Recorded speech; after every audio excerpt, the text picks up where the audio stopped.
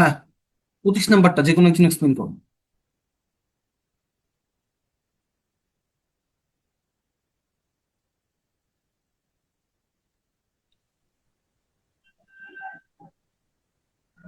ভাইয়া, many American believe believe হচ্ছে আমার টার্গেট। দেন হচ্ছে ভাইয়া, যেহেতু একটা সময় নিয়ে কথা বলছে, আহ, সেই হিসেবে আমি হচ্ছে টার্গেট সময়টার। আচ্ছা, টার্গেটে আপু ভুল হয়েছে। হ্যাঁ, টার্গেট কি আগে বুঝেন। আমি বললাম আপনাকে, I am the dash of my class.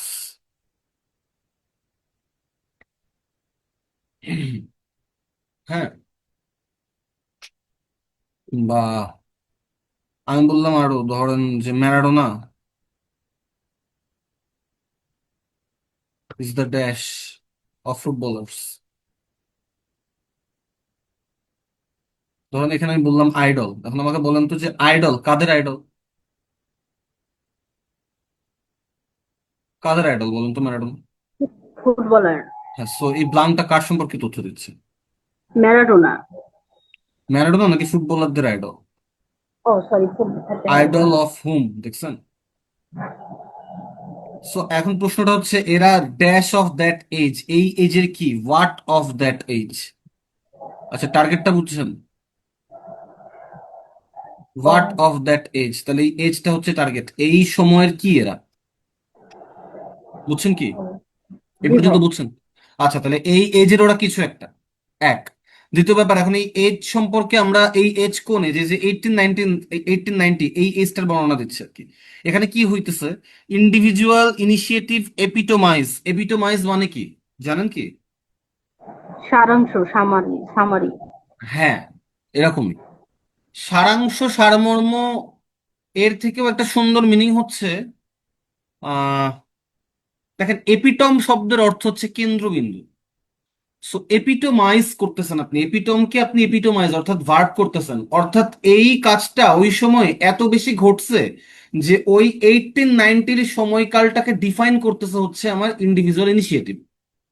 হ্যাঁ, আরো আপনি বলতে পারেন এই এপিটোমাইজ শব্দের অর্থ হচ্ছে কোনো একটা সময়, কোনো একটা ইরা, এইটাকে ব্যাখ্যা করা, মানে এই সময় অ্যাকচুয়ালি এইটাই ঘটছে। ধরেন আমরা বললাম যে রেনেসা, এইটাকে আমি এপিটোমাইজ করতে পারি কি দিয়ে, এটা হচ্ছে আর্ট রেভলিউশন দিয়ে। এই সময় শিল্পের বিপ্লব ঘটছে। সো আর্ট এপিটোমাইজ দ্য রেনেসা, এটা হ্যাঁ সবচেয়ে গুরুত্বপূর্ণ যে ঘটনাটা ঘটছে। তার মানে ইন্ডিভিজুয়াল ইনিশিয়েটিভ একদম মানে কি বলবো ওর পিনাকেল অবস্থাতে ছিল 18 90টাতে, 18 90 এই সময়টাতে। এই জন্য বলা হইতেছে 18 90 এই সময়টাকে ডিফাইন করা হচ্ছে ইন্ডিভিজুয়াল ইনিশিয়েটিভ। ইনিশিয়েটিভ মানে কি জানেন? ইনিশিয়েটিভ কি? পদক্ষেপ নেওয়া, স্টেপ। স্টেপে এইখানে, এটা আমরা আরো বলতে পারি, এটা in terms of business initiative মানে হচ্ছে উদ্যোগ গ্রহণ করা, অন্টারপ্রিনিয়র। হ্যাঁ, অন্টারপ্রিনিয়রশিপ যেটা বলে। সো ইন্ডিভিজুয়াল ইনিশিয়েটিভ, সবাই নিজ নিজ জায়গা থেকে উদ্যোগ গ্রহণ করছে কোন একটা প্রতিষ্ঠান ফর্ম করার জন্য। আমাকে বলেন তো, এই ইন্ডিভিজুয়াল ইনিশিয়েটিভ এটা কি ব্যক্তি নাকি এটা একটা কনসেপ্ট? কনসেপ্ট। কনসেপ্ট। এটা একটা কনসেপ্ট। এখন তাহলে এখানে বলতেছে যে ইন্ডিভিজুয়াল ইনিশিয়েটিভ এপিটোমাইজ দ্য 1980s, এবং আমরা এই 1980s এর এই এজটা নিয়ে কথা বলবো, এই জন্য আমরা এইজটাকে কোনো একটা স্পেসিফিক ওয়ার্ডে ডিফাইন করতেছি। এবং সি দ্য অন্টারপ্রিনিয়ার, এই অন্টারপ্রিনিয়ার কারা বলেন তো? অন্টারপ্রিনিয়ার কারা? অন্টারপ্রিনিয়ারের সাথে ইন্ডিভিজুয়াল ইনিশিয়েটিভের কোনো উদ্যোক্তারা। সম্পর্ক আছে? হ্যাঁ হ্যাঁ, জি, সম্পর্ক আছে। সম্পর্ক আছে। অন্টারপ্রিনিয়ার মানে কি? উদ্যোক্তা। উদ্যোক্তা। তাহলে যারা ইনিশিয়েটিভ নেয় তারা অন্টারপ্রিনিয়ার। তাহলে আমাকে বলেন তো যে এই কনসেপ্টটার পার্সন ফর্মটাই অন্টারপ্রিনিয়াররা না? জি। তাহলে কোনটা হবেন স্যার? পার্সোনিফিকেশন। বুঝছেন কি? এইটা জি। দেখেন, বেশ ট্রিকি একটা প্রবলেম কিন্তু। হ্যাঁ, বেশ ট্রিকি একটা প্রবলেম, যদিও ছোটখাটো একটা বাক্য কিন্তু ট্রিকি একটা problem. Okay fine. 26, anyone explain কর।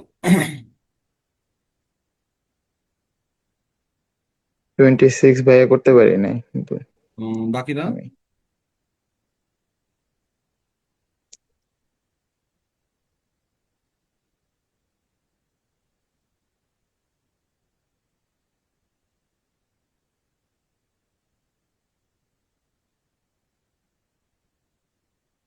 কেউ পারেন না 26?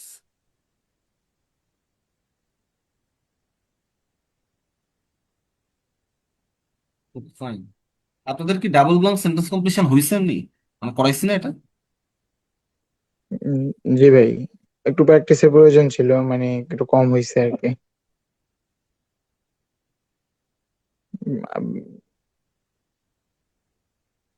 আচ্ছা, প্র্যাকটিস আমি হচ্ছে একটু কঠিন জিনিস বেশি করাচ্ছি, সেগুলো জিআরই বিগ বুকের জিনিস, এত কঠিন থাকবে না এগুলো। সহজ জিনিসটা আপনারা নিজেরাই করতে পারবেন, আমি এই জন্য কঠিন জিনিস করাচ্ছি আর কি। লেকচার শিটের গুলো করেন তাহলে।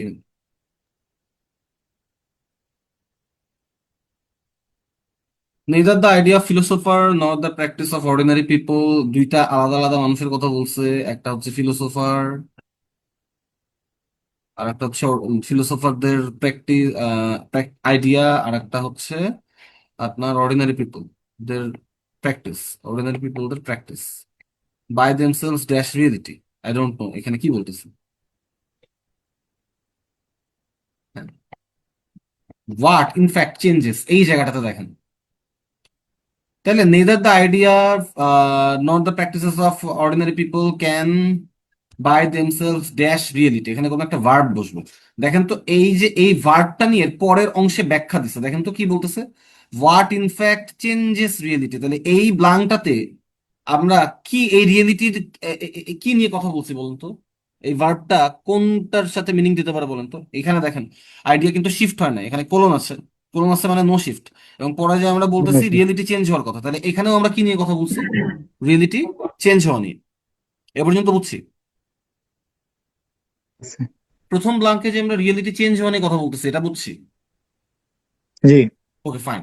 এখন আমাকে দেখেন যে আমি চেঞ্জ মিনিংটা কোন কোন অপশনে খুঁজে পাই। কনস্টিটিউট মানে গঠিত হওয়া, এটা মানে চেঞ্জ না, বাদ। এফেক্ট প্রভাবিত হওয়া, এটা চেঞ্জ এর একটা মিনিং দিতে পারে। ট্রান্সফর্ম রূপান্তরিত হওয়া, চেঞ্জের একটা মিনিং দিতে পারে। প্রিজার্ভ সংরক্ষণ করা, চেঞ্জের মিনিং দিতে পারে না, বাদ। অল্টার পরিবর্তন হওয়া, চেঞ্জের মিনিং দিতে পারে। অ্যান্সার বি সি অথবা ই। বি সি অথবা ই, এই তিনটার মধ্যে একটা।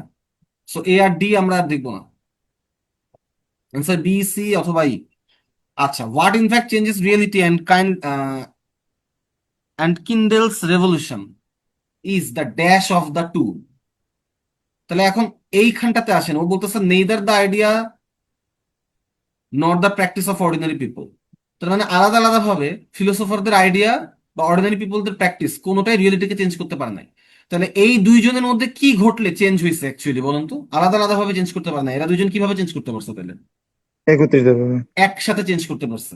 তাহলে এখন আমরা দেখবো যে এই একসাথে মিনিং কোনটা দিয়ে বোঝায়। এইম মানে লক্ষ্য করা, একসাথে মিনিং বোঝায় না।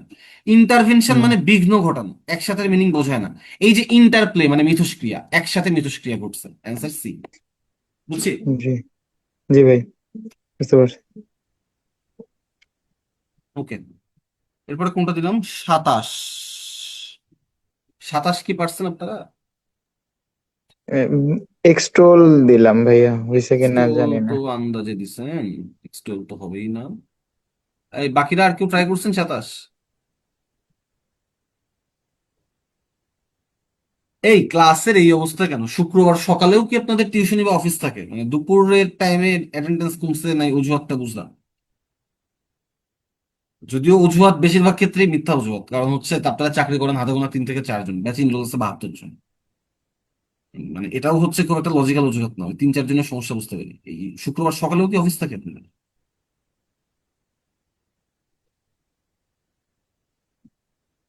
যারা তো আসে না ভাইয়া তারা তো নাই। হ্যাঁ, যারা কিভাবে আসে না তারা বলবো? নাই, এক্স্যাক্টলি এটাই কথা। ও আসে না, ও সন্ধ্যায় ক্লাস হলেও আসবে। হাতে গোনা 1-2 জন হয়তো আরো বাড়বে যারা ক্লাস করতে। একজন আমাকে মেসেজ।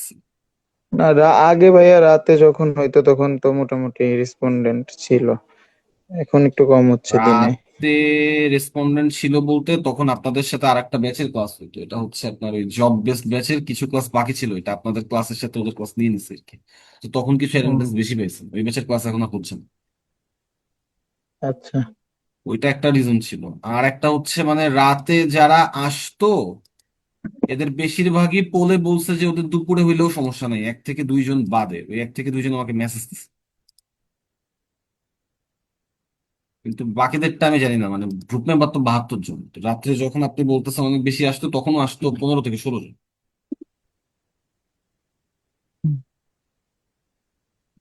এখন শুক্রবার সকালে সমস্যা কি? এদিন তো আর অফিস নেই। রাতে ক্লাস আজকে নেওয়া যেত, আজকে বোধহয় আপনাদের রাতে জিওমেট্রি ক্লাস আছে, আমি যতদূর জানি। মানে জিওমেট্রি তো না, মানে ম্যাথ ক্লাস আছে। Hmm. Okay, there has been a tendency among art historians not so much. আচ্ছা, এইখানটাতে ভাই একটু বুঝেন। হুম, ধরেন আমি বললাম এই অংশটা একটু কনফিউজিং, হ্যাঁ। আমি একটা ইজি জিনিস দিয়ে বুঝাই, আমি আপনাকে বললাম নট সো মাচ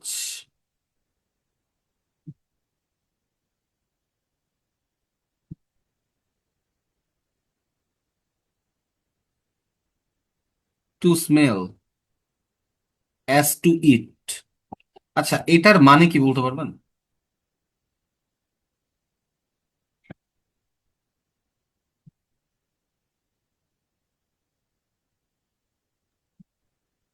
এটা কি ফ্রেজ কোনো ভাইয়া? না, ফ্রেজ না ভাইয়া। এখানে আমি দুইটা কাজের মধ্যে তুলনা করতেছি, দেখেন, একটা হচ্ছে টু স্মেল আর একটা হচ্ছে টু ইট। একটা হচ্ছে টু স্মেল আর একটা টু ইট। এখন এই যে দুইটা কাজের মধ্যে তুলনা হচ্ছে, এখন এইভাবে একটু ভাবেন, not so much to smell as to eat. তার মানে এখানে দুইটা ঘটনার মধ্যে একটা ঘটনা অপেক্ষাকৃত কম গুরুত্বপূর্ণ, বা একটা ঘটনা আহ কি বলবো, কোনোভাবে আপনার প্রায়োরিটি পাচ্ছে না, আর একটা ঘটনা প্রায়োরিটি পাচ্ছে। সো অ্যাজ এর এই পাশের অংশটা আমার প্রায়োরিটি পাওয়ার মতন ঘটনা, এবং নট সো মাচ দিয়ে আমি যে অংশটা লিখতেছি এই অংশটা প্রায়োরিটি পাচ্ছে না। অর্থাৎ ধরুন কোন একটা জিনিস নিয়ে আমি কথা বলতেছি, এই জিনিসটা অ্যাকচুয়ালি আমরা স্মেল নেওয়ার জন্য ব্যবহার করি না, আমরা এটা খাওয়ার জন্য ব্যবহার করি। হ্যাঁ, ধরেন কোনো একটা স্পেসিফিক অবজেক্ট, কোনো একটা স্পেসিফিক খাবার, ওটা থেকে সুন্দর স্মেলও বের হয়, আবার ওটা খেতেও অনেক মজা। তো আমি বলতে চাচ্ছি, এবার যতই সুন্দর স্মেল বের হোক, আমরা এই খাবারটা স্মেলের জন্য কিনি না, আমরা খাওয়ার জন্য কিনি। So we buy this food not so much to smell as to eat. আমরা যতটা না এই বস্তুটা খাবারের জন্য কিনি, স্মেলের জন্য আমরা অতটা কিনি না। ধরেন একটা পাকা আম, বা ধরেন পাইনাপল, বা ধরেন ভ্যানিলা কেক। সো ভ্যানিলা কেকের ভ্যানিলা কিন্তু, মানে আপনারা জানেন কিনা জানি না, আপনাদের যদি পারফিউম নিয়ে খুব বেশি ইন্টারেস্ট থাকে আপনারা হয়তো জানবেন, ফ্রেগনেন্স ইন্ডাস্ট্রিতে যতগুলা ডমিনেট নোটস আছে তার মধ্যে একটা হচ্ছে ভ্যানিলা। হ্যাঁ, তো এখন আমরা যখন ভ্যানিলার কেক কিনি, আমরা তো এটা স্মেল নেওয়ার জন্য কিনি না, যদিও দ্যাট স্মেলস গুড। আমরা তো এটা স্মেল নেওয়ার জন্য কিনি না, আমরা ওটা খাওয়ার জন্য কিনি। তো এই যে আমরা জি। স্মেল নেওয়ার জন্য কিনতেছি না, খাওয়ার জন্য কিনতেছি, আমরা এটাকে বলতেছি কি, not so much to smell as to eat. আমাদের কাছে অ্যাজ আ ফুড এটা যতটা গুরুত্বপূর্ণ, অ্যাজ আ ফ্রেগনেন্স এটা ততটা গুরুত্বপূর্ণ না যখন আমি ওই কেকটা কিনতেছি। বুঝতে পারতেছেন কি এই ফ্রেজটার মানে? বুঝতে পারতেছেন এই not so much dot dot as এটার মানে বুঝতে পারতেছেন? জি ভাই, বুঝতে পারছি। অর্থাৎ আমরা যদি এভাবে বলি not so much x dot dot as y, এর মানে হচ্ছে এইটা অ্যাকচুয়ালি ব্যবহার করা হচ্ছে ওয়াই এর জন্য, এক্স এর জন্য না। বুঝছি? জি ভাই, বুঝতে পারছি। ওকে, ফাইন। এখন আমাকে বলেন তো, এই অংশটুকুর তাহলে মানে কি? এই অংশটুকুর মানে কি? এই অংশটুকুর মানে না বুঝলে এটা করা যাবে না, এটা খুবই খুবই খুবই ট্রিকি একটা জিনিস। এই অংশটুকুর মানে কি বলেন তো? এই অংশটা আগের ওই যেভাবে এক্সপ্লেন করলেন ভাই, নট সো মাচ রিজার্ভ, রিজার্ভের বলেন জন্য এটা কি নয়, হবে তাহলে? এটার মানে কি? এলিমিনেটের জন্য। একটু আগে কি বলছিলাম, not so much to smell as to eat, এর মানে কি? হ্যাঁ, আমি এটা খাবারের জন্য কিনতেছি, স্মেল নেওয়ার জন্য কিনতেছি না, তাই তো? নেওয়ার জন্য কিন্তু আমরা হ্যাঁ। ভ্যানিলার এক্সাম্পল দিয়ে বোঝাচ্ছিলাম। এই জায়গায় আমরা এলিমিনেটের জন্য হ্যাঁ, সো এখন নিতেছি। আমরা এই কাজটা করতেছি এলিমিনেট করার জন্য, রিভাইজ করার জন্য না, রিভাইজ হ্যাঁ, মানে পরিবর্তন। পরিবর্তন। এখন আমি পুরো জায়গাটাতে আসি। There has been a tendency এবং আর্ট হিস্টোরিয়ানসদের মধ্যে টেন্ডেন্সি আছে not so much to revise as to eliminate the concept of renaissance. তার মানে ও রেনেসার কনসেপ্টটাকে এলিমিনেট করতে চায়, রেনেসার কনসেপ্টটাকেও পরিবর্তন করতে চায় না। ও রেনেসার কনসেপ্টটাকে এলিমিনেট করতে চায়, ও পরিবর্তন করতে চায় না। এই পর্যন্ত বুঝছেন? টেন্ডেন্সিটা বুঝছেন? জি, জি ভাই, বুঝতে ক্লিয়ার? পারছি। আচ্ছা, এখন এরপর আমার এখানে ড্যাশ দিছে, এই ড্যাশ দিলে কি বোঝায়, শিফট নাকি no shift? No shift. No shift বোঝাচ্ছে। তাহলে আমার এই অংশটা দিয়ে ঠিক সেম জিনিসটাই বোঝাবে। হ্যাঁ, to dash not only its uniqueness but its very existence. এখন ভালো করে বোঝেন, আপনি যদি এক্সটোল বলেন, এক্সটোল হুম। মানে প্রশংসা, ও কি আসলে প্রশংসা। রেনেসার ইউনিকনেস কে প্রশংসা করতে চায়? তাহলে ও ধ্বংস কেন করতে চায়? না না, উল্টো হবে। বা প্রশংসাও করতে চায় না ও, এমন ও সোজা হুম। বাংলায় আহ রেনেসাটাকে ডিস্ট্রয় করে ফেলতে চায়, কারণ ও রেনেসার ইউনিকনেসটা রাখতে চায় না। ও রেনেসার হুম। ইউনিকনেসটাকে কম্পিট করতে চায়, আপনি এটা বলতে পারেন। হ্যাঁ, ও রেনেসার হুম। ইউনিকনেসকে অন্য কিছু দিয়ে কম্পিট করাতে চায়, যেন ও এটা প্রমাণ করতে পারে যে রেনেসা আসলে ইউনিক কিছু না। Okay fine. হুম। এক্সপ্লেইন মানে দেন এগেন, দেখেন এক্সপ্লেইন মানে ব্যাখ্যা করা, এটার সাথে হচ্ছে ওই যে ধ্বংস করতে হুম। চাওয়া বা কন্টেস্ট করতে চাওয়ার কোনো ইয়ে নাই, সম্পর্ক কোনো নেই। সম্পর্ক নাই। Transmute is a synonym of revise. এখন ও তো রিভাইজ করতে চায় না। ট্রান্সমুলেট মানে, হুম। ট্রান্সমিট মানে পরিবর্তন করা। এই মিনিংটা জেনে রেখেন, হুম। বেশি ইম্পর্টেন্ট একটা মিনিং। বাদ। রিগ্রেট মানে অনুশোচনা করা, বাদ। Contest is the thing. So ও কন্টেস্ট আছে। শুধু ইউনিকনেসটারে কন্টেস্ট করতে চায় না, ও একদম এক্সিস্টেন্সটাকে শেষ করে ফেলতে চায়। অর্থাৎ ও দেখাতে চাই রেনেসা ইউনিক কিছু না, এবং ও দেখাতে চায় রেনেসা আসলে এক্সিস্টই করে না। বুঝছেন? জি। ফাইন। এন্ড দেন এগেইন আর একটা ছোট বাক্য, এন্ড বেশ ট্রিকি একটা বাক্য, অ্যাকচুয়ালি ট্রিকি হয়েছে এই ফ্রেজটার জন্য। আহ বাট আবারও বলতেছি, এত ভয় পাওয়ার কিছু নাই। আমি একটু কঠিন জিনিস সলভ আপনাদের করাচ্ছি, যেহেতু আমি নিজে সলভ করে দেই বেশিরভাগ জিনিসই। আপনারা সলভ করার সময় লেকচার শিটটাই করবেন, ওখানে এত কঠিন জিনিস আপনি পাবেন না।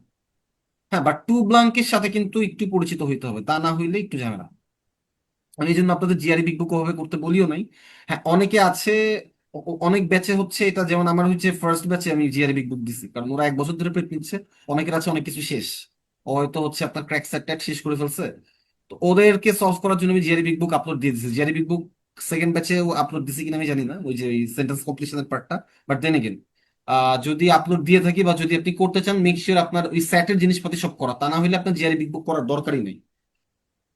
এই জি আমার সাথে যতটুকু করেন ততটুকুই করবেন আর কি। ভাইয়া, 28 নাম্বার ছিল। হ্যাঁ, 28 নাম্বার। 28 নাম্বার সহজ, দেখি পারেন কিনা এটা। ভাইয়া, নিচের অপশন গুলো মানে অলমোস্ট সবগুলোই কাছাকাছি। না না না না কনফিউশন। না না না, কেমন কেমনি কাছাকাছি? কোনটা কাছাকাছি লাগতেছে আমার, বলুন তো। না মানে ওই অ্যান্সারের সাথে মনে হলো যে মানে দেখেন, আগে উম, অপশনে যাইতে গেলেই ঝামেলা, বুঝছেন? আমরা এই জন্য মোস্ট অফ দ্য টাইম আমি কখনো আগে অপশনে যাইতেই বলি। এটা রিডিং কম্প্রিহেনশনের ক্ষেত্রে, এটা সেন্টেন্স সেন্টেন্স কমপ্লিশনের ক্ষেত্রে। আমাকে এই এই বাক্য যখন পড়বো তখনই আমাকে ঠিক করতে হবে এখানে আমি কোন, মানে কেমন মিনিং দেয়, কোন কোন ওয়ার্ডটা বসাবো, অর্থাৎ কেমন মিনিং এর ওয়ার্ড বসাতে চাই, এইটা আমার বোঝাটা important. Employees had become so inured to. আচ্ছা, ইনিউড টু মানে কি বলেন তো? Habituated. Habituated, exactly, to the habituated। Caprices of top management. Caprices মানে কি? খামখেয়ালি, এক একদিন এক একটা সিদ্ধান্ত হুম। নেয়। Of top management personal policy. তার মানে এমপ্লয়রা এই যে টপ ম্যানেজমেন্টের পার্সোনাল পলিসি মেকিং এর সময় উইয়ার্ড উইয়ার্ড ডিসিশন নিবে, এটার সাথে ইউজ টু। ওর কাছে এখন আর এটা না ওকে বিরক্তির জন্ম দেয়, না ও খুব বেশি এক্সাইটমেন্টের সৃষ্টি হয়, না ওর মধ্যে কোনো ধরনের রাগ ক্রোধ জন্ম দেয়, না ওর মধ্যে কোনো ধরনের আনন্দ জন্ম দেয়, না ও এটাকে সার্কাস্টিক্যালি দেখে, কিছুই না, কারণ ইউজ টু, এটা প্রতিদিন ঘটতেছে ওর সাথে। হ্যাঁ, they greeted the announcement of company wide dress code with. তাহলে এখন আমাকে বলেন তো, এই ইউজ টু, এই যে ও ইউজ টু ডেইলি, ও এখন আর রিয়াক্ট করে না কোনো কিছুতে, কারণ ও জানে এরকম কিছু একটাই ঘটবে, এটাই ও এক্সপেক্ট করতেছে। কোন অপশনটাতে ইউজ টু প্রকাশ পায় বলেন তো?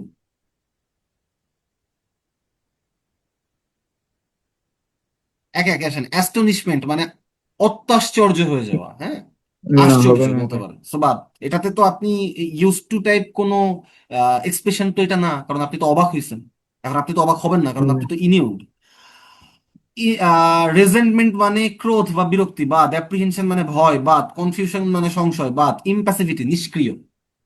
সো দেখেন, ইমোশনালি মানে এর মানে হচ্ছে আপনার ওর মধ্যে কোনো ধরনের ইমোশনাল এক্সপ্রেস নাই, কারণ এটা তো ডেইলি হচ্ছে, ডেইলি কোম্পানি কোনো না কোনো এরকম একটা উইয়ার্ড ক্যাপ্রিসিয়াস ডিসিশন নিয়ে আসতেছে, সো ইনইউক্ত। ইম্প্যাসিভিটি মানে নিষ্ক্রিয়তা, ইমোশনাল আবেগগত মানে আপনার ভাবাবেগগত নিষ্ক্রিয়তা। সো ওর ভিতরে এখন আর কোনো ফিলিংস আসে না। ইম্প্যাসিভিটি কেন হইলো বুঝছেন? বুঝছেন বি কেন হয়েছে, বুঝছেন? জি ভাই, বুঝতে পারছি। হ্যাঁ, বুঝতে দেখেন পারছি। আমরা এই যে এই জায়গাটাতে কিন্তু ভাই ওয়ার্ড মিনিং এর খেলা। এখন আপনি যদি অপশনের মিনিং গুলা ডিস্টিংগুইশ করতে না পারেন, না হলে এটা যদি করা না লাগতো আমি আপনাদের বলতাম যে ভাই ভোকাব পড়ারই দরকার নেই। আমি আপনাকে এই জায়গায় এইটা ভাঙার টেকনিক শেখাতে পারবো। এরপরে অপশন চুজ ভাই এই জায়গাটাতে this is the only place যেখানে আমার ভোকাব লাগবে, এবং এই জন্যই তো এটা ভোকাব বেস এটা। Okay fine.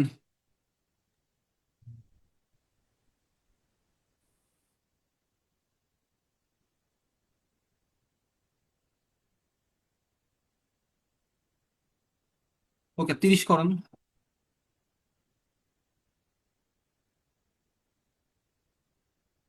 31 করেন। 32 করেন। 30, 31, 32।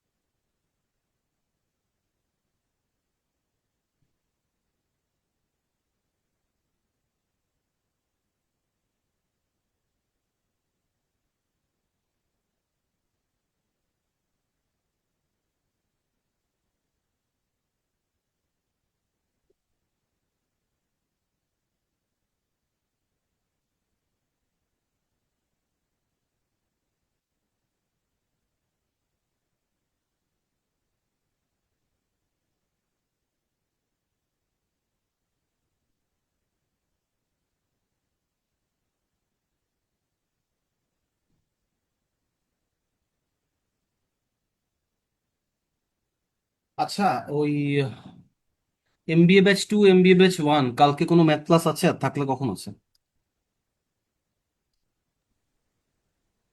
আজকে আজকে আছে ভাইয়া রাতে। কালকে আছে? কালকে কালকেও আছে, শুক্র শনি বৃহস্পতি শুক্র আচ্ছা, শনি। কালকে কয়টা একটু আপনার দেখেন তো। ভাইয়া আজকেরটা বলে দিচ্ছি। কালকে কালকেরটা সন্ধ্যায় তো যে হওয়ার চান্স নাই, সন্ধ্যায় কালকে ক্লাস আছে ওর। আমি একটু ছুটিতে এসেছি। আর কালকে একটু দেখবেন, না হলে আমি কাল টেন্টেটিভ টাইম আমি কালকে সন্ধ্যায় আর একটা ক্লাস নিব। আপনাদের হচ্ছে পূজার ছুটির রবির থেকে বৃহস্পতি কোনো ক্লাস হবে না। হ্যাঁ, সানডে থেকে থার্সডে অফ। So, আপনাদের কালকে আমি আরেকটা ক্লাস নিব। এখন আমি কথাবার্তা বলে আপনাকে কালকে টাইমটা জানাবো। টেন্টেটিভ টাইম কালকে হয়তো আমি সন্ধ্যায় ক্লাস নিব। সানডে থেকে থার্সডে অফ, কোনো ক্লাস নাই কোনো ব্যাচের।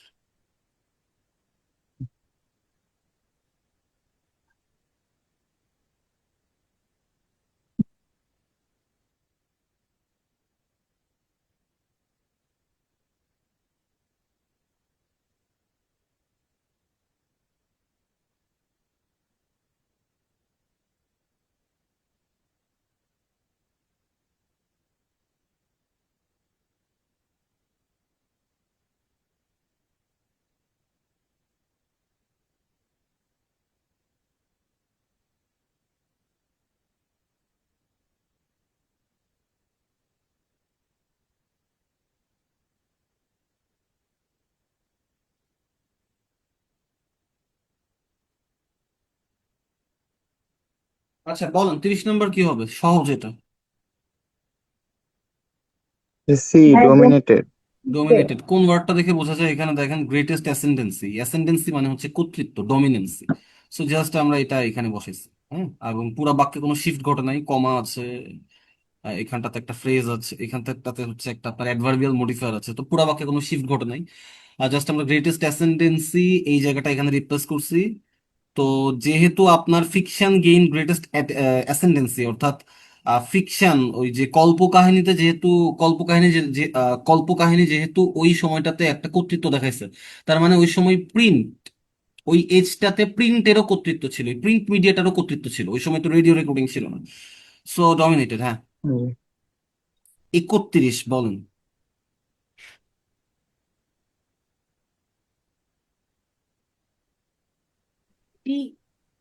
কোনটা? 31, 31 ডি একটু ব্যাখ্যা দেন।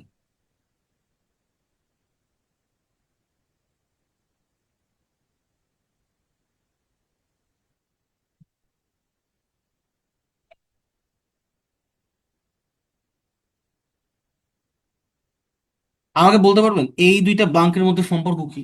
আপনার পড়ছেন না যখন আমি হচ্ছে ওই যে দুইটা ব্লাঙ্কের আপনাদের দুইটা ব্লাঙ্কের সলভ দেখাচ্ছিলাম, আপনাদের ব্লাঙ্কের সম্পর্ক দেখাচ্ছিলাম, মনে আছে যে কোন একটা ব্লাঙ্কে থাকে একটা ব্ল্যাঙ্ক হচ্ছে আর একটা ব্ল্যাঙ্কের ক্লু, কোন একটা ব্লাঙ্ক থাকে মিউচুয়ালি কানেক্টেড, ক্লু খুঁজে পাওয়া যায় না, কোন একটা ক্ষেত্রে থাকে ব্যাক টু ব্যাক ব্লাঙ্ক, পরপর দুইটা ব্লাঙ্ক দেওয়া আছে। এখানে এই দুইটা ব্লাঙ্কের মধ্যে সম্পর্ক বলতে পারবেন? Cause and effect. Cause and effect তো আপনার দুইটা ব্লাঙ্কের সম্পর্ক, এটা হচ্ছে সেন্টেন্সটার স্ট্রাকচার হইতে পারে। Cause and effect is right, মানে আমি বলছি দুইটা ব্লাঙ্কের মধ্যে সম্পর্ক না এটা। কোয়েশ্চেনটা তাহলে আরেকবার।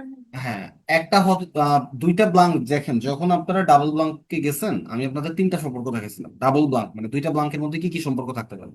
একটাতে আমরা দেখাইছিলাম যে one blank is clue for another, একটা ব্লাঙ্ক আমি ওখানে সলভ করি, তারপরে ওই ব্লাঙ্কের উপর ডিপেন্ড করে যে আরেকটা ব্লাঙ্কের অ্যান্সার কি হবে। আর একটাতে ছিল মিউচুয়ালি কানেক্টেড ব্লাঙ্ক, এখানে ডিরেক্ট আমি একটা সিঙ্গেল ব্লাঙ্ক সলভ করতে পারি না, কারণ ওই দুইটা ব্লাঙ্ক কানেক্টেড থাকে, এরপর আমার ওই দুইটা ব্লাঙ্ক নিয়ে কাজ করতে হয় একসাথে। আর একটা ব্লাঙ্কে থাকে ব্যাক টু ব্যাক ব্লাঙ্ক, পরপর দুইটা ব্লাঙ্ক থাকে, এখন পরপর দুইটা ব্লাঙ্ক এখানে নাই। এখন বাকি দুইটার মধ্যে কোনটা, এই দুইটা ব্লাঙ্কের মধ্যে সম্পর্ক কোনটা?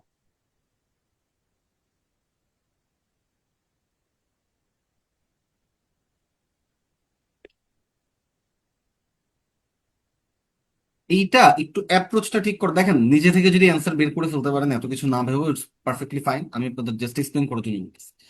এক্সপ্লেনেশনের সুবিধার্থে আমাদেরকে একটু এই দুইটা ব্লকের সম্পর্ক নির্ণয় করতে হবে। দেখেন একটা জিনিস বোঝেন, আমার না এখানে অ্যাকচুয়ালি বোঝার চান্স নাই যে এই যে ওদের প্রথমত সায়েন্টিস্ট প্রিস্টিন, আমাদের যে ওয়ার্ডগুলোর মানে একটু প্রিস্টিন মানে জানেন আপনারা, পিওর, হ্যাঁ, pure reputation as devotees of the disinterest pursuit. So সায়েন্টিস্টটা সবসময় নিরপেক্ষ থাকবে।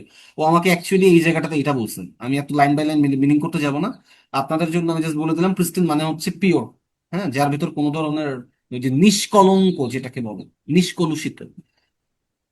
সো এই পোর্শনটুকু দিয়ে বোঝাচ্ছে সায়েন্টিস্টরা হচ্ছে সবসময় ডিসইন্টারেস্টেড থাকবে, অর্থাৎ নিরপেক্ষ থাকবে, পার্সিউট অফ ট্রুথের ক্ষেত্রে ওরা নিরপেক্ষ থাকবে।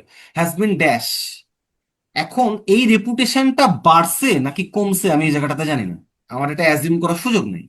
বাই রিসেন্ট এভিডেন্স দ্যাট, এখন এভিডেন্সটা কি, some scientist have deliberately dash experiment result. So then again দেখেন, আমরা কিন্তু জানি না যে অ্যাকচুয়ালি এই যে সায়েন্টিস্টরা এক্সপেরিমেন্টের রেজাল্টটা কি চেঞ্জ করে ফেলতেছে নাকি চেঞ্জ করে ফেলতেছে না, এমন কোনো ক্লু নাই কিন্তু, two further their own career. এখন আপনি যদি ভাবেন যে ভাইয়া ওরা নিজেদের ক্যারিয়ারকে আগায় নিয়ে যাওয়ার জন্য ওরা এক্সপেরিমেন্টের রেজাল্টটা চেঞ্জ করতেছে, এটা সব আপনার অ্যাজাম্পশন। বাক্য আমাকে যতক্ষণ পর্যন্ত এমন কোনো হিন্টস না দিচ্ছে আমি ততক্ষণ পর্যন্ত কিন্তু এরকম কোনো জায়গাতে যেতে পারবো না। বাক্য যতক্ষণ পর্যন্ত আমাকে হিন্টস না দিচ্ছে যে ওরা এক্সপেরিমেন্টের রেজাল্টটা চেঞ্জ করতেছে, এবং এক্সপেরিমেন্ট রেজাল্টের চেঞ্জ যদি ওরা না করে তাহলে ওরা ক্যারিয়ারে ফার্দার প্রোগ্রেস করতে পারবে না, এমন কোনো কিছু বাক্য বলে নেই। কারণ ওরা যদি এক্সপেরিমেন্টের রেজাল্ট চেঞ্জ না করে still they can further their own career. So ভালো করে বুঝেন এখন তাহলে দুইটা ব্লাঙ্কের মধ্যে সম্পর্ক কি দাঁড়াচ্ছে, ওরা যদি এক্সপেরিমেন্টের রেজাল্ট চেঞ্জ করে, ওরা যদি এক্সপেরিমেন্টের রেজাল্টটা চেঞ্জ করে, অর্থাৎ রেজাল্ট যা এসছে ওরা তা দেখাচ্ছে না, ওরা অন্য কিছু দেখাচ্ছে, তার মানে ওরা ট্রুথফুল থাকতেছে না। ওরা যদি এক্সপেরিমেন্টের রেজাল্টটা চেঞ্জ করে দেন ওদের যে রেপুটেশন, যে ওরা সব সময় সত্যের পিছনে ছুটে, এই রেপুটেশনটা কমে যাবে।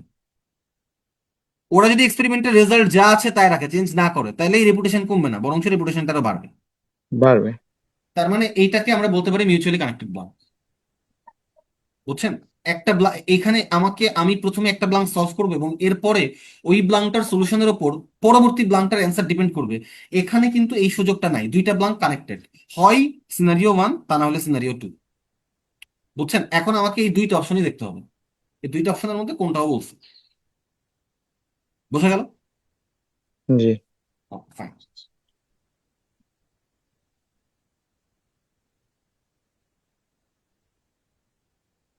এখন একে একে আমরা অপশন দিচ্ছি। আচ্ছা, মানে আপনারা জানেন রেসুস, কি জানি ওটা, হ্যাঁ রেসুসিটেটেড, এটার মানে জানেন? না রেসুসি, ভাইয়া। না ভাই। হ্যাঁ, এটা এটা এটা হচ্ছে রিভাইভের সিনোনিম। হ্যাঁ, রিভাইভ মানে জানেন? জি। পুনরায় জীবন দান করা। সো আমার, পুনর্জন্ম, প্রাণবন্ত। হ্যাঁ, সো আমি আমার এই রেপুটেশনটা যে পুনরায় জীবন লাভ করতেছে, রেপুটেশনটা আগে ছিল না, এখন আবার নতুন করে রেপুটেশনটা আসতেছে, এমন কোন কনটেক্সট পুরা বাক্যে পাইছে যে রেপুটেশন আগে ছিল না? সো কোনো কিছু যদি না। আগে থেকে মৃতপ্রায় তা থাকে, তাইলে ওটাকে তো রিভাইভ করার কিছু নেই, something already exist, something already lively. Okay fine, so এটা আমাদের হুম। অ্যান্সার না, প্রথম অ্যান্সারটা বাদ। কম্প্রোমাইজ, কম্প্রোমাইজড, এটা কম্প্রোমাইজ হবে। কম্প্রোমাইজ মানে কি? কম্প্রোমাইজ মানে কিন্তু কমে যাওয়া, রেপুটেশনটা থাকবে না। যদি হুম। আমরা ডেলিবারেটলি ফ্যাব্রিকেট করি, যদি আমরা ডেলিবারেটলি রেজাল্টটা চেঞ্জ করি, this could be a potential answer choice. আমাদের দেখতে হবে আর কোনো অ্যান্সারকে অ্যান্সার নেওয়া যায় কিনা। হ্যাঁ, জি। ওকে। এক্সটারমিনেটেড, এক্সটারমিনেট মানে জানি, এটা জানা উচিত। না ভাই, এটা না। এই কেউ জানেন না এক্সটারমিনেট?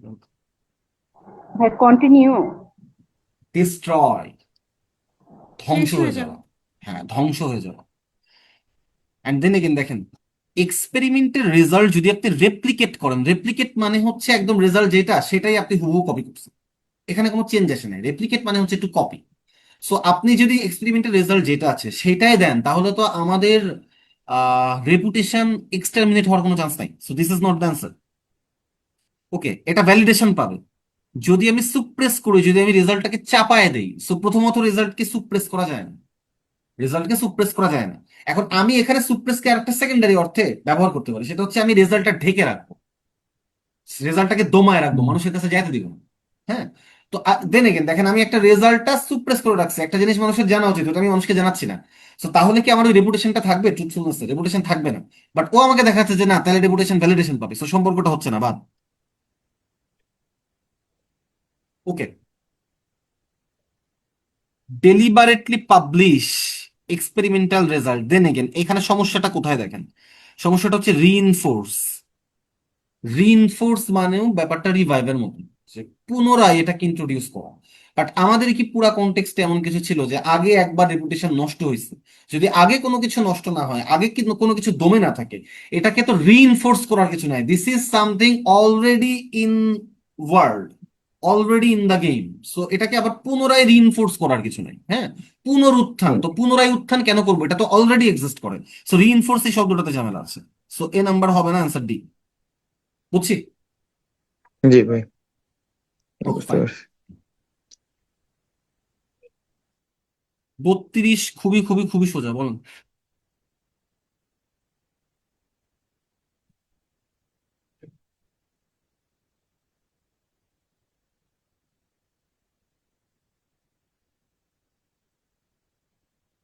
বত্রিশ কর।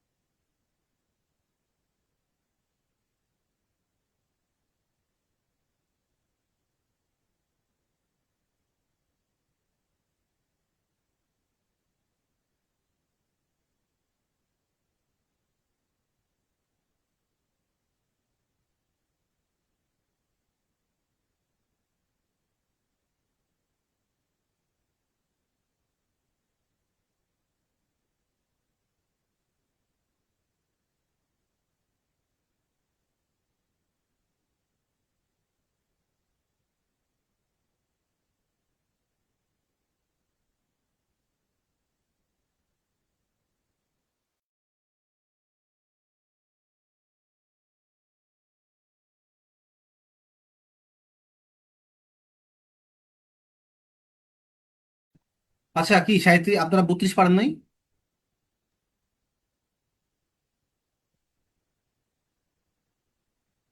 এই 32 না পারার কি আছে?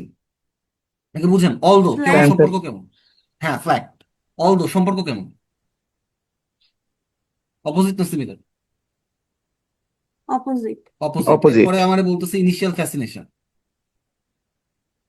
ইনিশিয়াল ফ্যাসিনেশন, তাহলে ইনিশিয়ালি ওর মধ্যে ফ্যাসিনেশন ছিল। হুম। এখন এর পরের অংশ দেখেন, after a few months. After a few months, এখন এই ইনিশিয়ালি যেটা ঘটছে এবং আফটার এ ফিউ মান্থস যেটা ঘটছে, এই দুইটার মধ্যে সম্পর্ক ঠিক করে দিচ্ছে অলদো। এই দুইটার মধ্যে অপোজিট সম্পর্ক। তাহলে জাস্ট এই হুম। 4 ব্লক বানায় ফেলেন। এখন ফ্যাসিনেশনের উল্টোটা কি? ফ্যাসিনেশন মানে শুরুর দিকে অনেক আগ্রহ ছিল, পরে যেই আগ্রহটা কি আর থাকবে নাকি থাকবে না? থাকবে না। থাকবে না। সো ফ্ল্যাগ, কমে যাওয়া, সমর্পণ করা, একদম নিম্ন স্তরে নেমে যাওয়া। ফ্ল্যাগ। যারা পারেন নাই ফ্ল্যাগ মানে জানতেন না, এখানে ফ্ল্যাগ মানে বা ফ্ল্যাগ এই শব্দের মানে বাদে আর কোনো চ্যালেঞ্জিং কোনো কিছু নাই। Okay fine. আমরা দেখি আর কোনটা কোনটা করা যায়।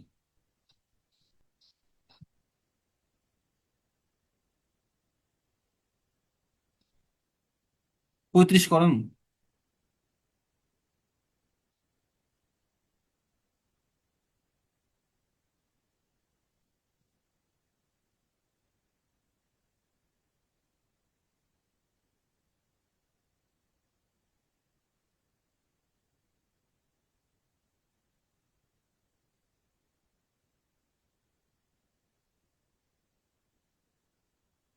35 আর 36 করেন।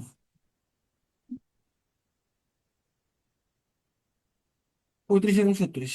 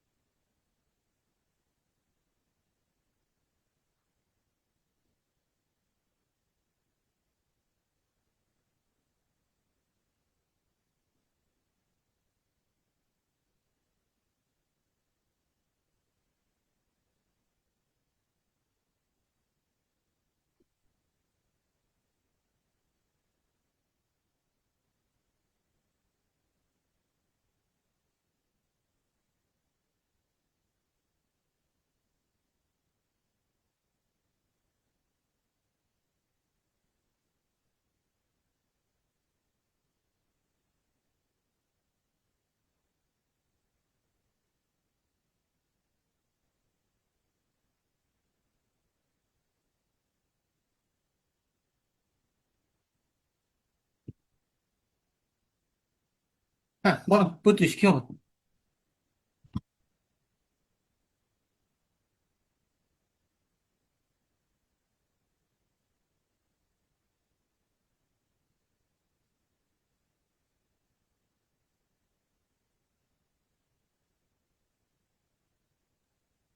35% মানে আপনার এই কোর্স কেনা বৃথা। আপনার কোর্সটা কেনা উচিত হয়নি। আপনি আইবির ইংরেজি আপনার কাছে কম পাবেন।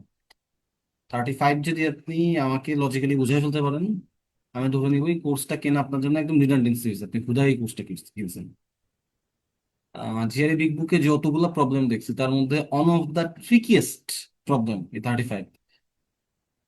এনিমন মানে গেস করুন কি হইতে পারে না হতে পারে। হ্যাঁ হ্যাঁ। হুম হুম, কোনটা? অ্যান্সার ডি ভাইয়া। বাকিরা? ডি তো আপনার মনে হচ্ছে ক্রিমিনাল দেখে, ক্রিমিনাল ডেঞ্জারাস এগুলো দেখে। সি। হুম হুম, কোনটা? সি। সি। আর বাকিরা? সি। আর আচ্ছা, ডি হইলে, সি হইলে এ হইতে সমস্যা কি? থ্রেটেনিং আর ফিয়ারসাম টু সি। মজার ব্যাপার হচ্ছে এখানে 5টা অপশন তো 4টা negative word: threatening, conniving, fearsome, irritating. Irritating মানে বিরক্তিকর, ফিয়ারসাম মানে ভীতিকর, কননিভিং মানে হচ্ছে আপনার কি খুবই ধূর্ত, আর থ্রেটেনিং মানে ওই যে উপেক্ষা। হুমকি দেয় ফিয়ারসামের মতো। একটাই পজিটিভ ওয়ার্ড, রিভাইটিং। রিভাইটিং মানে অ্যাপেলিং, এবং অ্যান্সার হচ্ছে বি, রিভাইটিং। সো চলেন এটা একটু বুঝি, এটা একটু এক্সপ্লেন করি। আচ্ছা, প্রথম কথা হচ্ছে এটা একটা কজ এন্ড ইফেক্ট বাক্য। এখানটাতে দ্যাট আছে দেখেন, English novelist considered the cult of criminal dangerous. Cult of ক্রিমিনালকেও ডেঞ্জারাস মনে করে। এটা হচ্ছে রেজাল্ট, সরি এটা হচ্ছে কজ। এবং এই কারণে ও কি করছে, ও ডিকেন্সকে ক্রিটিসাইজ করছে, ও ডিকেন্স অলিভারকে ক্রিটিসাইজ করছে। হ্যাঁ, এখন ডিকেন্স অলিভারকেও ক্রিটিসাইজ কেন করলো? কারণ ডিকেন্স অলিভের যেই থিপসের ক্যারেক্টার গুলো আছে, যে থিপসের ক্যারেক্টার গুলো আছে ওদের মধ্যে কিছু একটা ব্যাপার আছে। হ্যাঁ, এমন এই কিছু একটা ব্যাপার, থিপসের কিচেন গুলা কেমন, এইটা আমাকে বলে দিচ্ছে তার আগের অংশ। আচ্ছা বলেন তো, কাল্ট অফ ক্রিমিনাল এই জিনিসটা কি? বলতে পারেন আপনারা কাল্ট জিনিসটা কি?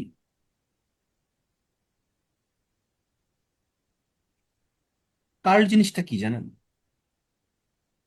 কাল্ট মানে ফ্যাশন, মানে যদি সোজা বাংলায় হ্যাঁ। বলতে চাই কোনো একটা সময়কার ট্রেন্ড।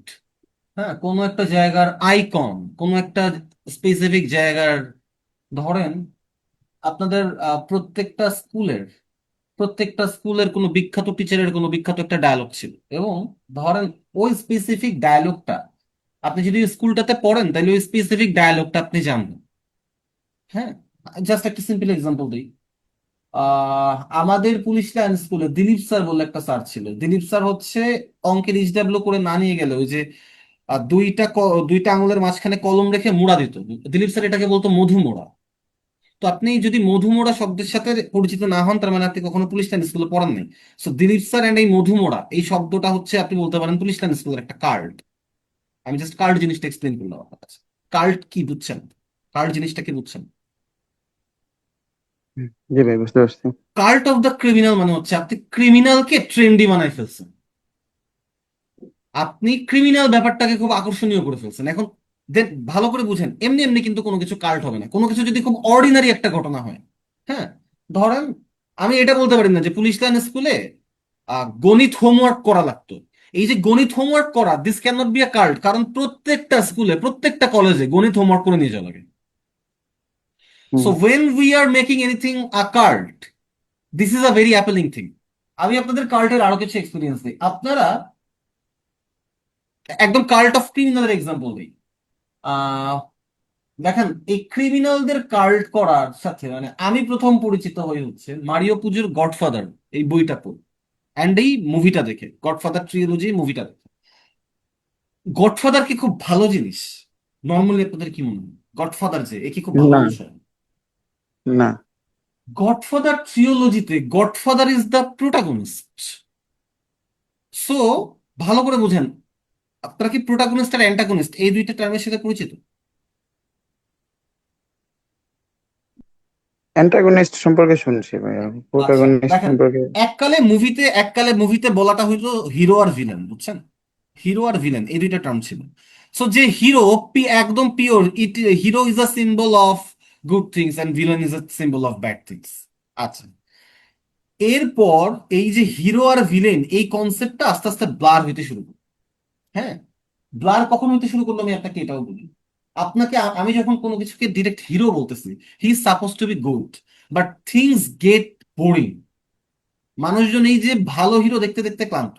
তো তখন এই যে আপনার এই গডফাদারের মতন ক্যারেক্টার গুলা টিভি স্ক্রিনে আসলো। গডফাদার যখন আসলো, এখন দেখেন, আপনি কিন্তু কেবল বলছেন গডফাদার তো গুড না, বাট ওই স্পেসিফিক মুভি বা ওই স্পেসিফিক উপন্যাসটার মুখ্য চরিত্র হচ্ছে গডফাদার। তো তখন আর আমরা হিরো ভিলেন বললাম না, আমরা বললাম প্রোটাগনিস্ট আর অ্যান্টাগনিস্ট। অর্থাৎ একটা সিনেমার মুখ্য চরিত্র, এটাকে আমরা বলতেছি প্রোটাগনিস্ট। সো যাকে কেন্দ্র করে গল্পটা আবির্ভূত হচ্ছে এবং যে ওই গল্পটার মুখ্য চরিত্র, সে হচ্ছে প্রোটাগনিস্ট। এবং ওই গল্পে যে বাধা সৃষ্টি করতেছে সে হচ্ছে অ্যান্টাগনিস্ট। নট নেসেসারিলি হিরো আর ভিলেন যেমন গুড আর ব্যাড ছিল, প্রোটাগনিস্ট আর অ্যান্টাগনিস্ট কেউ গুড আর ব্যাড হইতে হবে, হইতে পারে দুইজনই গুড, হইতে পারে দুইজনই ব্যাড, হইতে পারে দুইজনই গুড, হইতে পারে দুইজনই ব্যাড। সবচেয়ে চমৎকার একটা এক্সাম্পল হচ্ছে এই যে এই তো, যেখানে আমি আপনাকে বলতেছিলাম, আমরা যখন এই যে গডফাদারের মতন ক্যারেক্টারকে প্রোটাগনিস্ট বানানো শুরু করলাম, তখন মানুষের মাথায় আসতে শুরু করলো, ওয়াড়া অ্যাট্রাকটিভ ক্যারেক্টার গডফাদার কত চমৎকার হইতে পারে। সো কি হইলো, আপনার মাথায় গডফাদার সম্পর্কে পজিটিভ জিনিস ঢুকে যাওয়া শুরু। এখন আপনার মাথায় যখন হিরো সম্পর্কে পজিটিভ জিনিস ঢুকতেছিল, তখন হিরোকে তো আমি বাই ডিফল্ট গুড ক্যারেক্টারাইজেশন দিয়ে আমি আপনার সামনে প্রতীয়মান করতেছিলাম। তো আপনি যখন ওই হিরোকে ফলো করার ট্রাই করবেন, আপনি গুড কোনো একটা জিনিস ফলো করার ট্রাই করতেছেন, আপনি ম্যাক্সিমাম হিরোর মতন স্টাইল দেওয়ার ট্রাই করতে পারেন। বাট হিরো আপনার মধ্যে কোনো ডিস্টার্বিং এথিক্স ঢোকানোর ট্রাই করতেছে না, যেটা গডফাদার ঢোকাইতেছে আপনাকে। যখন আমি গডফাদারকে প্রোটাগনিস্ট দেখাইতেছি, আমি আপনাকে দেখাইতেছি যে ক্রাইম করা, যে হচ্ছে ম্যাস কিলিং করা, এগুলা খুব কুল একটা ব্যাপার, এগুলা খুব চমৎকার একটা ব্যাপার। হ্যাঁ, এগুলা খুব প্রশংসনীয় একটা ব্যাপার, কারণ আমি ওইভাবে সিনটা উপস্থাপন করতেছি। আমার মাথায় কাল্ট অফ ক্রিমিনাল বললে প্রথম যে ক্যারেক্টারটা আসে, আপনারা কি ব্যাটম্যানের কমিক্স বা মুভি কোনো কিছুর সাথে পরিচিত? জি ভাই। আচ্ছা, ক্রিস্টোফার নোলানের one of the most notable work হচ্ছে দি ডার্ক নাইট। আপনারা কি দি ডার্ক নাইট দেখছেন? দি পুরা ডার্ক নাইট দেখি নাই দেখছেন? ভাই। আচ্ছা, ডার্ক নাইটে হিরো তো ব্যাটম্যান থাকে, ভিলেনটা কে থাকে? জোকার।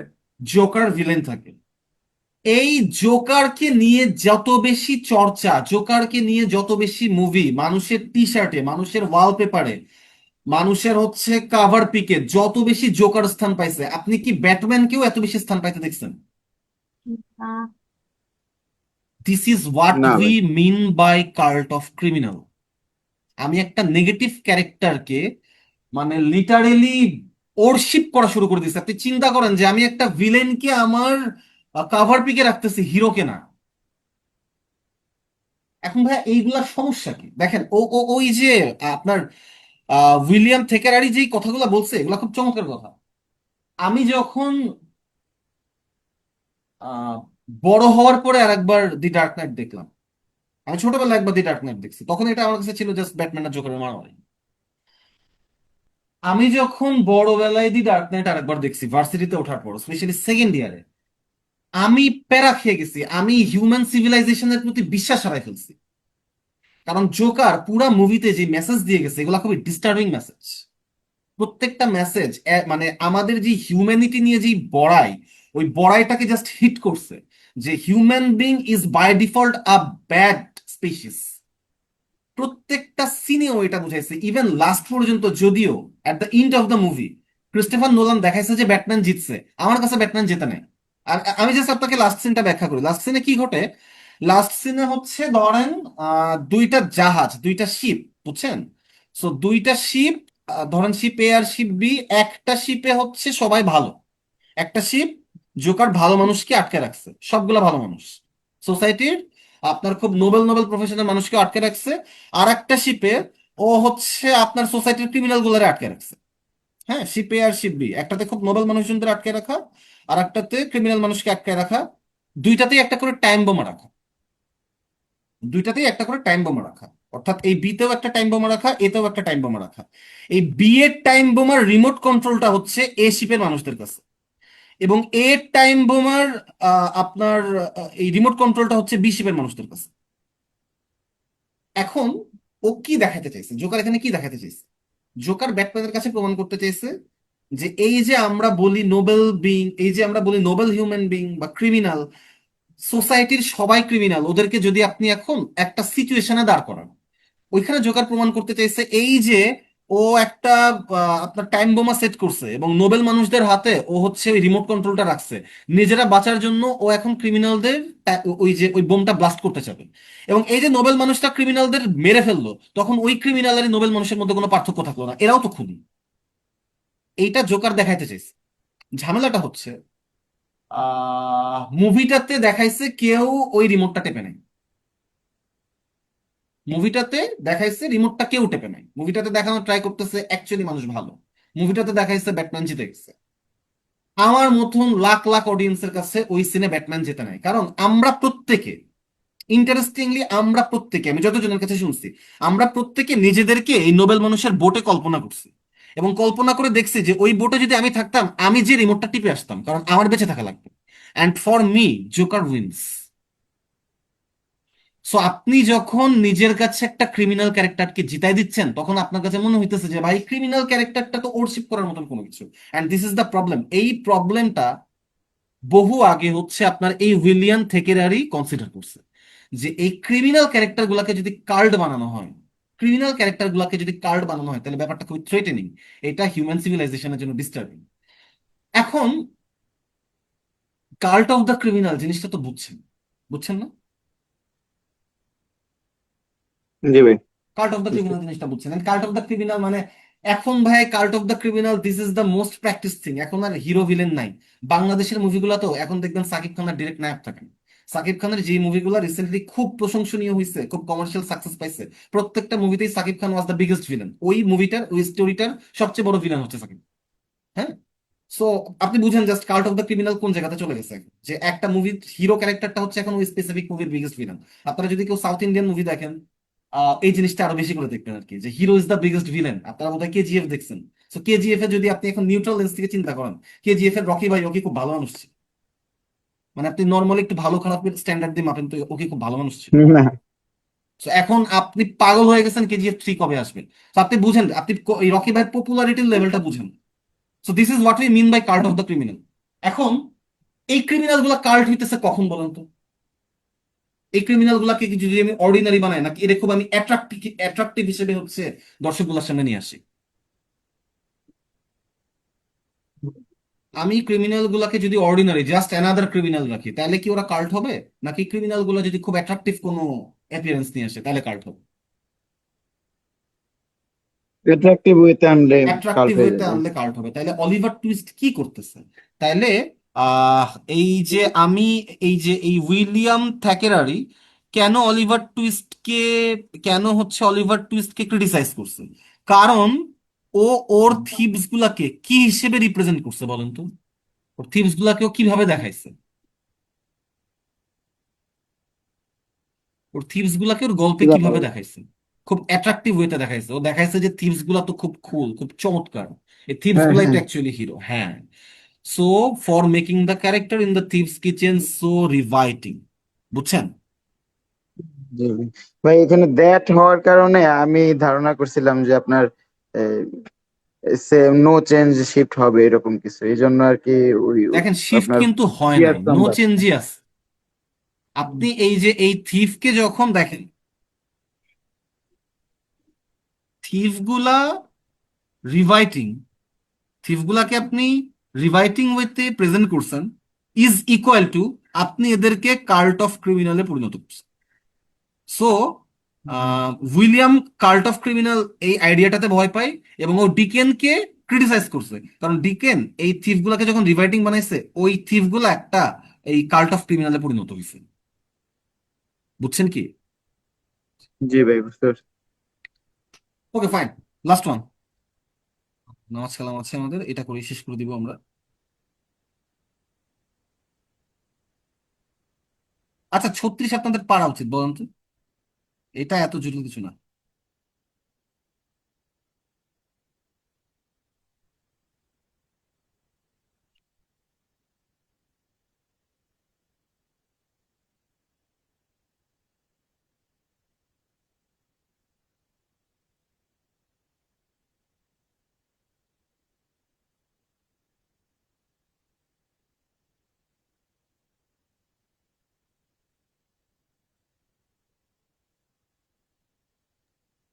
এটা কি সি হবে না? হ্যাঁ, এটা সি হবে। এক্সপ্লেন করেন একটু। দো ইট উড বি, এখানে হচ্ছে আহ, আমি ফার্স্টে লাস্টেরটা মিলাই আছি, যে হ্যাঁ, হি বলুন। Must be dash for for his neglect, neglect, হ্যাঁ, সো কোয়ান্টিটিভ নেগলেক্ট অ্যানালাইসিসে অফ যদি আমি কোয়ান্টিটিভ নেগলেক্ট করি, অ্যানালাইসিস। নেগলেক্ট জি, করি, তাহলে ওকে সো ক্রিটিসাইজ করা উচিত। ক্রিটিসাইজ করা উচিত। ওকে, তাহলে তো দো এর আগের অংশে ওকে ক্রিটিসাইজ করাটা ঠিক হবে না, লিমিটেশন নিয়ে ক্রিটিসাইজ করা ঠিক হবে না, কারণ পরের অংশে জি, আমি ক্রিটিসাইজ করতেছি। হ্যাঁ, জি, ওকে ফাইন। তো এই জন্য শুরুর অংশে তাহলে আনরিয়েলিস্টিক টু এক্সপেক্ট, ও সব লিমিটেশন কাটাই ফেলবে এটা এক্সপেক্ট করা আনরিয়েলিস্টিক, কিন্তু নেগলেক্ট করার জন্য ওকে ক্রিটিসাইজ করাটা উচিত। Okay fine, so answer C. Okay ঠিক আছে, আমি তাহলে আপনাদের কালকের ক্লাসের টাইম জানাই দিব। এমবি ব্যাচের ক্লাস কিন্তু কালকে আছে সন্ধ্যায়, আমি অলরেডি একটা টাইম দিয়ে দিচ্ছি। আর হচ্ছে ইংলিশ ব্যাচ 2 আমি আপনাদের কালকে ক্লাস নিব, এন্ড কালকের টাইম আমি জানাই দিব। তাহলে মাসুদের সাথে কথা বলে, না হলে আমি দুপুরেই ক্লাস নিব কালকে। তো কালকের ক্লাসটা হবে রবি থেকে বৃহস্পতিবার, কোনো ক্লাস নেই। ওকে, থ্যাংক ইউ। কালকে ভাইয়া কি সম্পর্কে ক্লাস নেবেন ভাইয়া? না, কালকে গ্রামার মানে ক্লাস, গ্রামার গ্রামার। ও, আচ্ছা জি ভাই। Okay fine.